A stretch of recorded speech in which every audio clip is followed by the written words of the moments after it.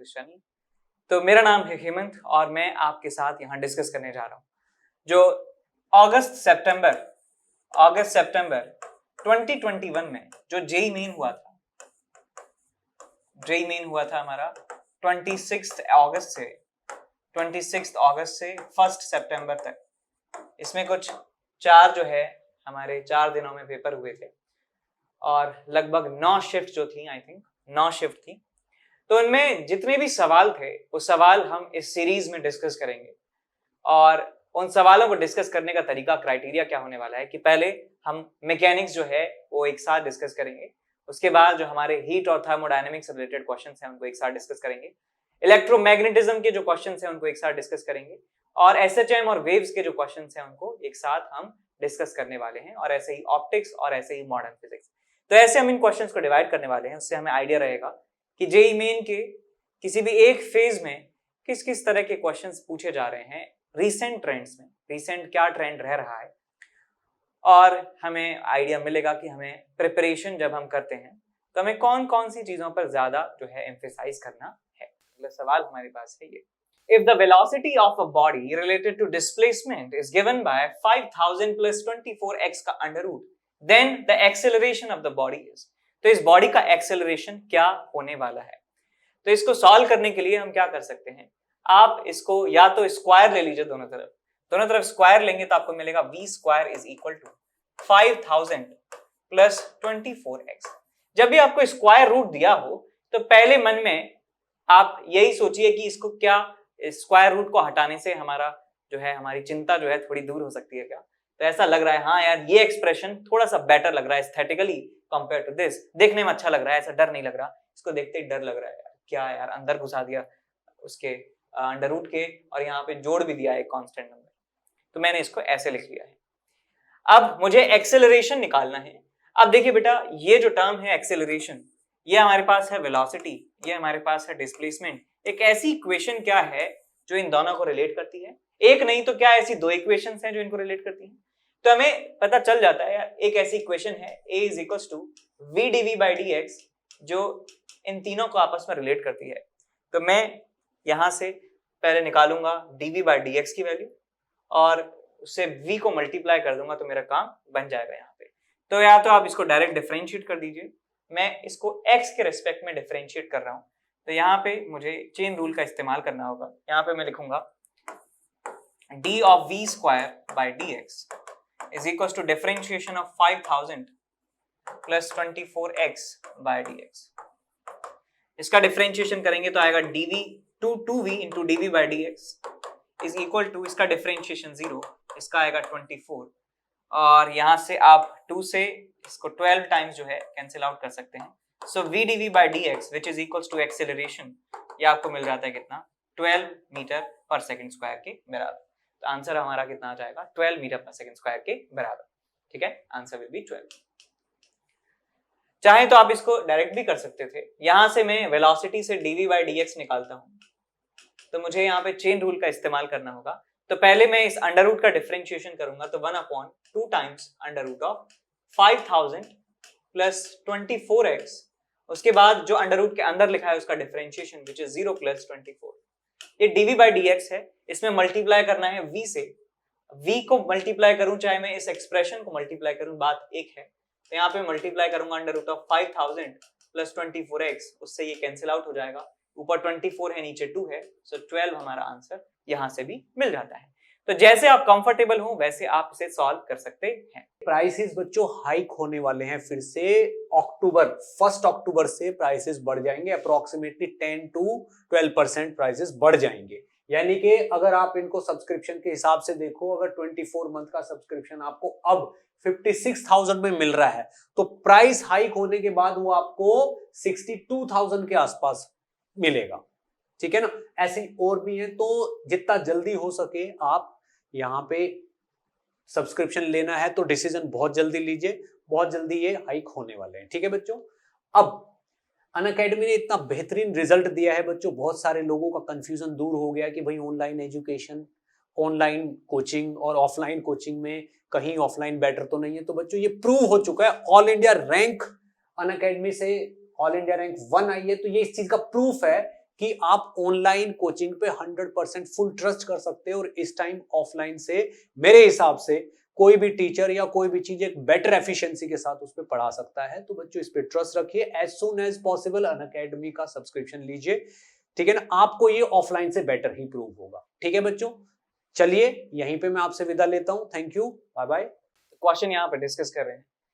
Question कहता है कि two persons A and B perform same amount of work in moving a body through a certain distance D with application of forces acting at angle 45 degree and 60 degree with the direction of displacement respectively. The ratio of force applied by the person A to the force applied by person B is 1 by root x, then the value of x is. देखिए सवाल में कहा गया है कि same amount of work किया जाता है और फोर्स लगाए जाते हैं अलग अलग, बिकॉज फोर्सेस का रेशियो ही आपसे पूछा गया है। डिस्प्लेसमेंट जो है डी के बराबर है, डिस्प्लेसमेंट डी है, और angle of force and displacement दिया हुआ है 45 एंड 60 डिग्री।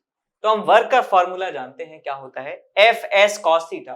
तो पहले ने फोर्स लगाया एफ ए, डिस्प्लेसमेंट हुआ डी, और यहां पे लिखेंगे कॉस 45 डिग्री। इसका वर्कडन है ए के द्वारा किया जाने वाला, और ये बराबर है बी के द्वारा किया जाने वाले वर्कडन से। So it will be FB into D into cos 60.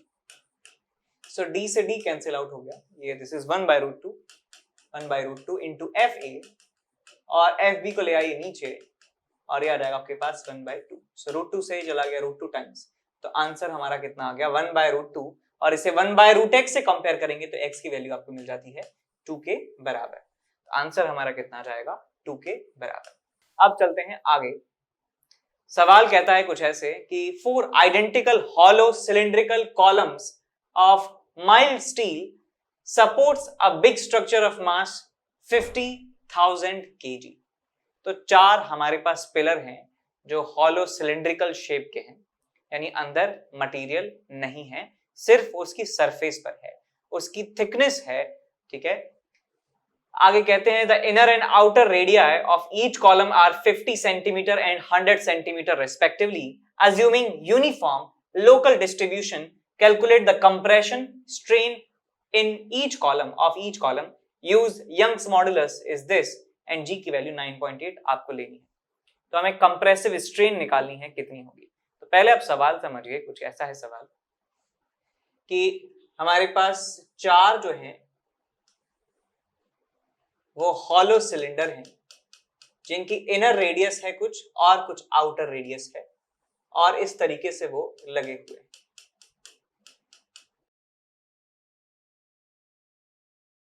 Like this, इस तरीके से वो रखे हुए हैं। ये सिलेंडर का एक प्लेन है और ये सिलेंडर ऐसे एक्सटेंडेड है नीचे की तरफ।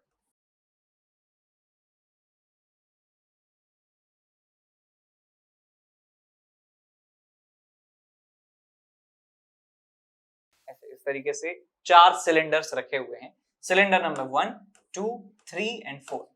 इन सबके ऊपर, इन चारों के ऊपर एक समान डिस्ट्रीब्यूट है लोड, और टोटल लोड कितना है 50 इंटू 10⁻³ kg, यानी कि 50,000 kg जो है वो लोड इनके ऊपर रखा है। तो मैं कह सकता हूं 50,000 का लोड का वेट कितना हो जाएगा, वेट जो है टोटल लोड आ जाएगा हमारे पास 50,000 इंटू जी, इतना न्यूटन के बराबर लोड आपको मिलने वाला है। और ये चारों पर इक्वल तरीके से डिस्ट्रीब्यूट होगा, ये चारों पर इक्वल तरीके से डिस्ट्रीब्यूट हो रहा होगा। तो मैं हर एक सिलेंडर के ऊपर पर सिलेंडर ऑन 1 सिलेंडर लिखूं, ऑन 1 सिलेंडर जो लोड की वैल्यू आने वाली है, फोर्स की वैल्यू आने वाली है, वो कितनी होने वाली है 50, 1, 2, 3, 4 डिवाइडेड बाय 4 न्यूटन के बराबर। अब देखिए ये यहाँ पे ग्राउंड पे रखे होंगे सिलेंडर, यहाँ हर एक पूरा जो पोर्शन है इनका वो ऐसे कंप्रेस हो रहा होगा, इस तरीके से वो कंप्रेस्ड स्टेट में होंगे। इस तरीके से मान लीजिए ये हमारे पास सिलेंडर है, इसे भी क्यों लें, हमारे पास एक्चुअल सिलेंडर है। ये मान लीजिए एक सिलेंडर है, पाइप है, हॉलो पाइप है। इस हॉलो पाइप के ऊपर इस तरीके से इसको दबाया जा रहा है, तो क्या होगा कि इसकी जो लेंथ है थोड़ी सी कम हो जाएगी, थोड़ा सा कंप्रेस हो जाएगा अलोंग द लेंथ। तो वही कंप्रेशन की वजह से कंप्रेसिव स्ट्रेन आपको निकालनी है। तो मैं यहाँ पे मान लेता हूं कि इसका जो लेंथ था ओरिजिनल वो L के बराबर था, और इसमें थोड़ा सा चेंज आ जाता है लेंथ में डेल्टा L के बराबर। तो मैं यहाँ पे यंग्स मॉडुलस वाली इक्वेशन लिख सकता हूँ, that force upon area which is pi outer radius का स्क्वायर माइनस इनर रेडियस का square divided by delta L by L is equals to Young's modulus pi. इसको इधर ले जाइए तो आपको मिल जाएगा F L divided by pi r2 square minus r1 square into y, this is equals to delta L. अच्छा, सिर्फ स्ट्रेन निकालनी है, सो एल को भी इधर ले जाइए, डेल्टा एल बाय एल को इधर ले जाइए, तो ये आपको स्ट्रेन मिल जाती है एफ अपॉन ए वाई, आपको स्ट्रेन मिल जाती है। वैल्यूज पुट करिए सारी, तो आपको मिलेगा यहाँ पे 50,000 इंटू 10 डिवाइडेड बाय 4, ये हमारे पास फोर्स है। नीचे आएगा पाई r1 square minus r2 square, 50 centimetre यानी 1 मीटर इसकी आउटर रेडियस है और अंदर की रेडियस हाफ है, सो 1 square minus half square which is 3/4, तो यहाँ पे 3 ऊपर पहुंच जाएगा 4, और यहाँ पे यंग्स मॉडुलस हमें लिखना है which is 2 into 10 to the power 11, तो यहाँ मिलेगा 2 इंटू 10 टू द पावर 11। तो देखिए बेटा 1 2 3 4 5 और यहाँ ये हो जाएगा 10 टू द पावर -6, ठीक है, और 4 से 4 कैंसिल आउट हो जाता है, ऊपर है 5 और इसको 50 कर दीजिए, 10 टू द पावर -7 कर दीजिए, नीचे आपके पास है 6 पाई के बराबर वैल्यू, तो ये लगभग 18 से थोड़ा सा ज्यादा होगा, 18 दूनी 36, ये 2 पॉइंट समथिंग होने वाला है, 2 point something into 10 to the power -7 आपको स्ट्रेन मिलने वाली है। तो ऑप्शन एक बार मैच करिए, 2 point something into 10 to the power -7, यही ऑप्शन हमारे पास है जो बेस्ट ऑप्शन है हमारे पास, ठीक है। तो सेकंड ऑप्शन आप टिक कर देंगे, सही हो जाएगा। अगला सवाल हमारे पास है कुछ ऐसा, a system consists of 2 identical spheres of mass 1.5 kg and radius 50 centimeter at the end of light rod. The distance between the centers of the 2 sphere is 5 meter. What will be the moment of inertia of the system about an axis perpendicular to the rod passing through its midpoint? तो हमारे पास एक light rod है, यानी इसका मास जो है वो negligible है। 2 स्फीयर्स हैं जिनके मासेस हैं 1.5 किलो 1.5 kg और वो इसके एंड पर ऐसे लगे हुए हैं।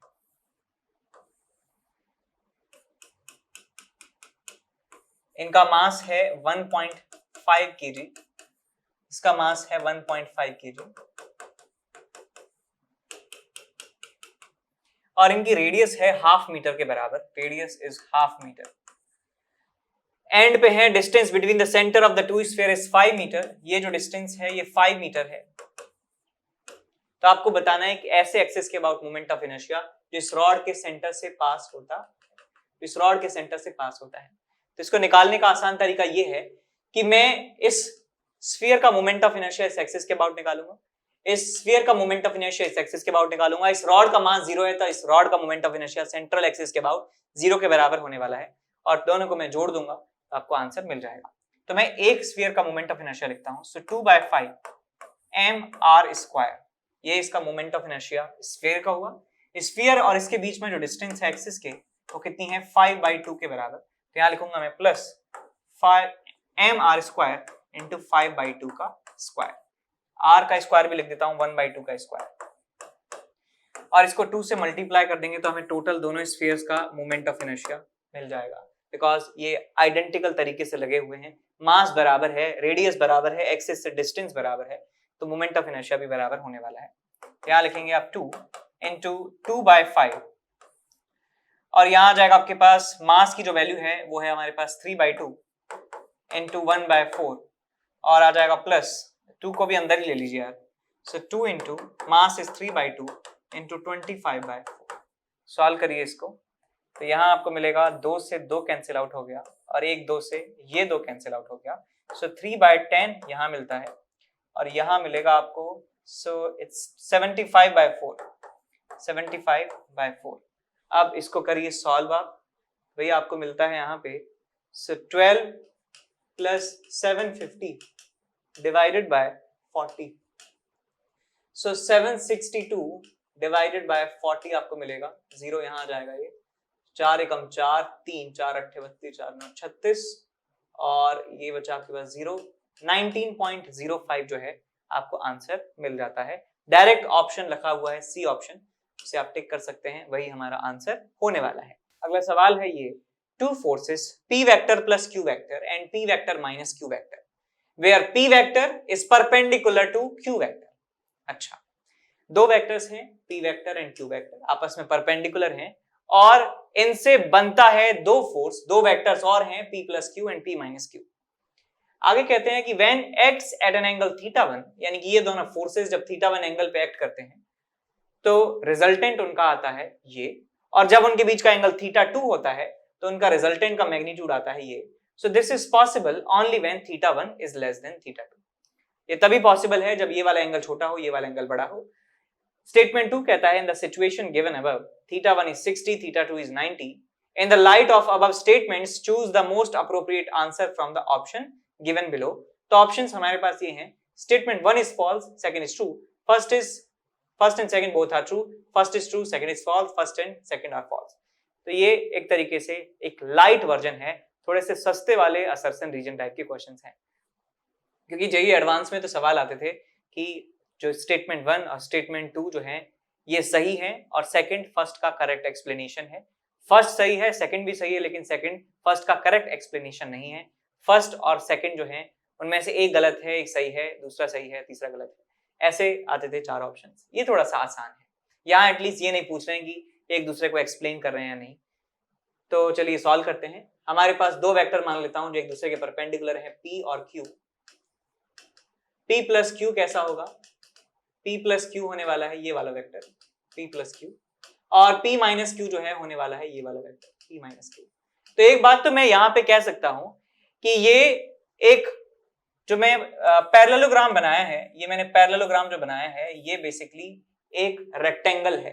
ये एक रेक्टेंगल है और रेक्टेंगल के जो दोनों डायगोनल्स हैं p प्लस q और p माइनस q, उनके मैग्नीट्यूड बराबर होते हैं। तो इतनी बात तो समझ में आई कि ये जो p प्लस q है इसका मैग्नीट्यूड और इसका मैग्नीट्यूड आपस में बराबर होगा, बिकॉज ये अल्टीमेटली तो क्या है, ये एक रेक्टेंगल के डायगोनल्स हैं, रेक्टेंगल के डायगोनल्स हैं। तो मैं यहाँ पे कह देता हूं कि ये p vector plus q vectors का मैग्नीट्यूड जो है वो p vector minus q vectors के बराबर होने वाला है। और उसको मैं लिख भी सकता हूं, एक रेक्टेंगल का डायगोनल आप बता सकते हैं कितना होगा, q square plus p square के बराबर, p square plus q square का अंडर रूट के बराबर। ये हमें इनका मैग्नीट्यूड मिल चुका है। अब दोनों के बीच में यदि एंगल θ1 के बराबर है, हम जानते हैं कि दो वेक्टर हैं उनके बीच का एंगल θ1 है, तो उनका रिजल्टेंट का मैग्नीट्यूड होता है कितना होता है, a square plus b square plus 2ab cos theta का अंडर रूट।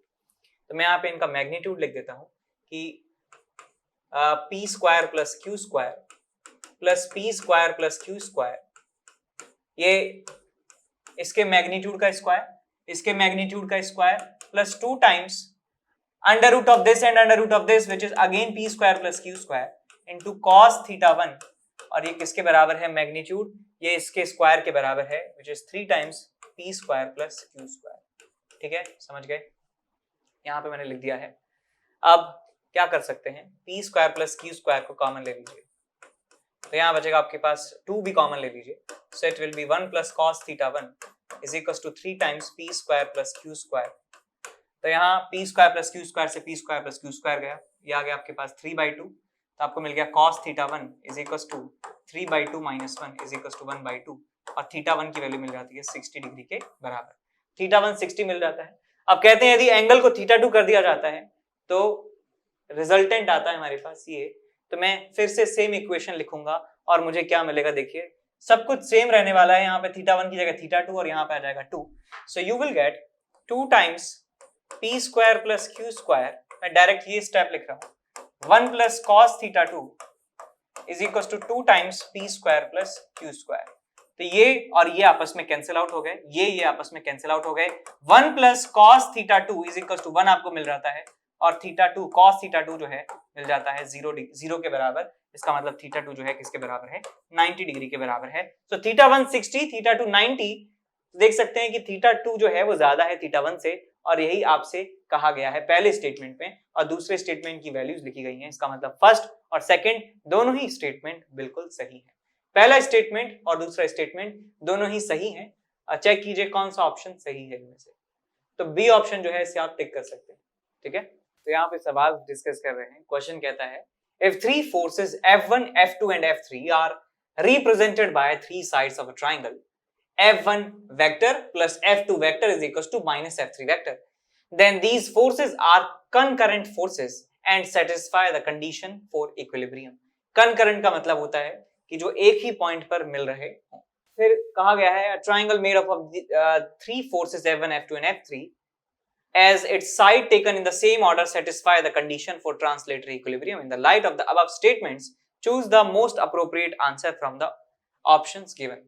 तो स्टेटमेंट नंबर 1 ये है और ये स्टेटमेंट नंबर 2 है। ये स्टेटमेंट नंबर 2 है, ठीक है, मिस हो गया है टाइप करने में। तो हमें ये बताना है कि कौन सा सही कौन सा गलत है बस। तो देखिए बेटा, ये जो रिलेशन है, ये रिलेशन क्या कहता है कि F1 plus F2 vector is equal to minus F3 vector. यदि इसको मैं इधर ले जाता हूं तो आपको मिलता है F1 vector plus F2 vector plus F3 vector is equal to 0। ये रिलेशन का मतलब है कि इन तीनों फोर्सेस का जो समेशन है वो 0 के बराबर है। इसका मतलब ये है कि ये जो सिस्टम है जिस पर ये फोर्सेस लग रहे हैं वो इक्विलिब्रियम में है। तो इसका मतलब ये इक्विलिब्रियम को शो कर रहा है। दूसरी बात, ये यदि मैं इसको डायग्राम की फॉर्म में आपको दिखाता हूं तो ये तीन वेक्टर्स यदि सेम ऑर्डर में बनाए जाते हैं और वो एक क्लोज्ड शेप बना रहे हैं तो उन तीनों वेक्टर्स का समेशन जो है 0 होता है। यदि ये F1 मान लेता हूं, इसको F2 मान लेता हूं, इसको F3, ये सेम ऑर्डर है इनका और ये तीनों एक क्लोज शेप बना रहे हैं तो इनका समेशन जो है 0 के बराबर होता है। ये ना सिर्फ तीन वेक्टर्स के लिए बल्कि 4, 5, 6, 7 कितने भी वेक्टर्स आप बना लीजिए उनके लिए ये ट्रू होता है। तो ये जो स्टेटमेंट कहा गया है ये बिल्कुल ठीक है। इसको आप ऐसे भी अरेंज कर सकते हैं कि इसको मैं इधर शिफ्ट कर देता हूं F1 को और इस F2 को मैं शिफ्ट कर देता हूं कुछ इस तरीके से, लाइक दिस F2। तो एक F2, F1 और ये आपका F3, ये तीनों का जो समीशन है एक पॉइंट पर जो है 0 के बराबर है। कह सकते हैं कि एक पॉइंट पर लग रहे हैं तीनों वेक्टर्स और तीनों का जो रिजल्टेंट है 0 के बराबर है। इसका मतलब स्टेटमेंट नंबर 1 भी ठीक है और स्टेटमेंट नंबर 2 भी बिल्कुल ठीक है। तो statement number 1 is true and second is also true. तो कौन सा आंसर आ जाएगा हमारे पास? D option. एक चीज और ध्यान रखना कि जो आपके ये स्टेटमेंट्स वाले सवाल हैं इनमें ऑप्शंस इन्होंने जो है स्वैप कर दिए हैं, शफल कर दिए हैं, क्योंकि पिछले सवाल में जो ऑप्शंस थे, पिछले सवाल में ऑप्शंस में पहला ऑप्शन था, ये जो ऑप्शन था दोनों ट्रू वाले वो बी ऑप्शन था और यहाँ पे दोनों ट्रू वाला डी ऑप्शन है। तो थोड़ा सा ध्यान से पढ़ें, है ना, ये इन्होंने कारस्तानी करी है। अगला सवाल हमारे पास है कि velocity, time and force are chosen as the base quantity for fundamental quantities, the dimensions of the mass will be equal to. तो मास का डायमेंशन क्या होगा ये हमें बताना है। तो ऐसा सवाल हम ऑलरेडी कर चुके हैं और ये सवाल देख सकते हैं कि पहले भी 1-2 बार आ चुके हैं और फिर से आ चुका है। ये सिर्फ मैं बात कर रहा हूं अगस्त वाले फेज की बात कर रहा हूं।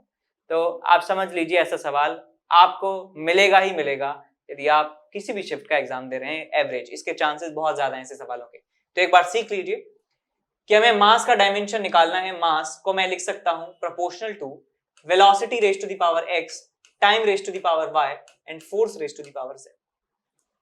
अब यहाँ पे प्रोपोर्शनलिटी साइन को हटा के मैं एक डायमेंशन लेस कांस्टेंट रख देता हूँ। Left hand side right hand side यदि बराबर हैं तो इनके डायमेंशन भी बराबर होने वाले हैं।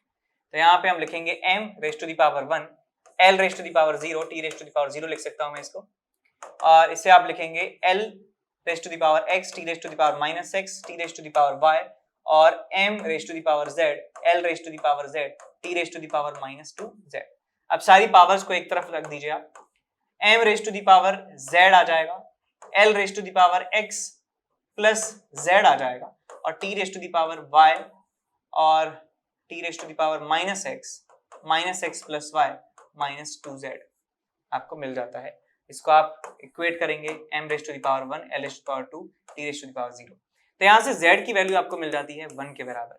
l की जो वैल्यू है, l की पावर जो है 0 है लेफ्ट हैंड साइड में, राइट हैंड साइड में x प्लस z है। तो यहाँ से आपको मिल जाता है that x is equal to -1। आप कोशिश करिए कि आप इन दोनों पावर से ही पता लगा पा रहे हैं क्या।